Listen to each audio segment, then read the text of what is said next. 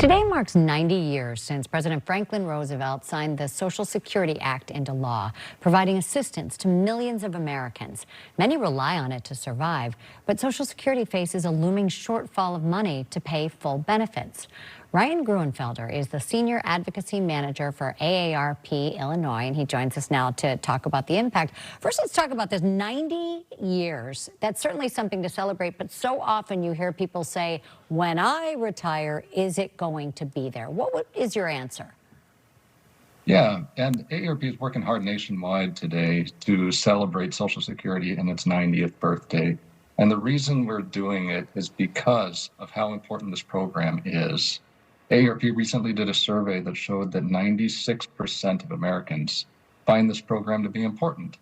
And yeah, it is true that people are concerned about its future. There is a report out there from the Social Security Administration that shows that the program won't be able to pay 100% of benefits beyond the year 2034 or 2035, depending on the year, unless Congress and the White House take action to protect the program.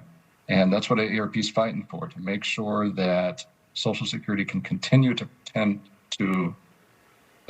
provide the 100% of benefits that are due after the year 2034. Let's talk about the scope of the impact. How many people in Illinois are collecting Social Security? 2.3 million Illinoisans are currently on the Social Security program, and about a little over 1.7 million of them are retirees. And this program is critically important to those people that are actually on the program in Illinois right now. Without it, 33% of Illinoisans 65 plus anyway, would be in poverty. And that's a tremendous number when you think about that. It keeps nearly 800,000 Illinoisans 65 plus out of poverty. And many of these are people who have paid into it all of these years. Right. We talk about the potential changes down the line in the 30s, say. What changes have you seen recently? Well, there have been some challenges to the program this year, and specifically regarding customer service. And both times AARP has raised our voice, and we've raised the voice of millions of Americans across the country, urging changes that are only for the benefit, to make customer service better for Social Security moving forward. People need access to the phone to be able to sign up for the benefits or make changes to their benefits. They need access to appointments within the Social Security offices nationwide. And we're fighting to make sure that that customer service is there, because people have earned this program.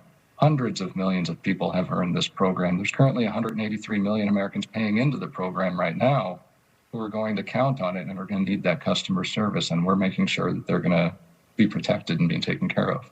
When you talk about phone access, sadly, there are so many scams involving both phone and internet, really asking people to click on, their phishing scams. How can people protect themselves? Because so often these scammers are targeting people who are of the age where they're getting Social Security. Yeah, and they can protect themselves by not clicking on those links and by not giving personal information over the phone when someone calls you.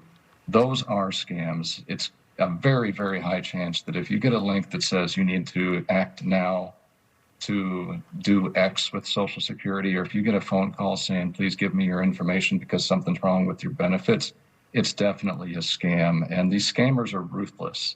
They're trying every which way they can to rip you off from your money. The only thing that is going to protect you is make sure that you make the call, that you reach out directly to the Social Security Administration, that you go to ssa.gov, set up your own account, and interact directly with the Social Security Administration.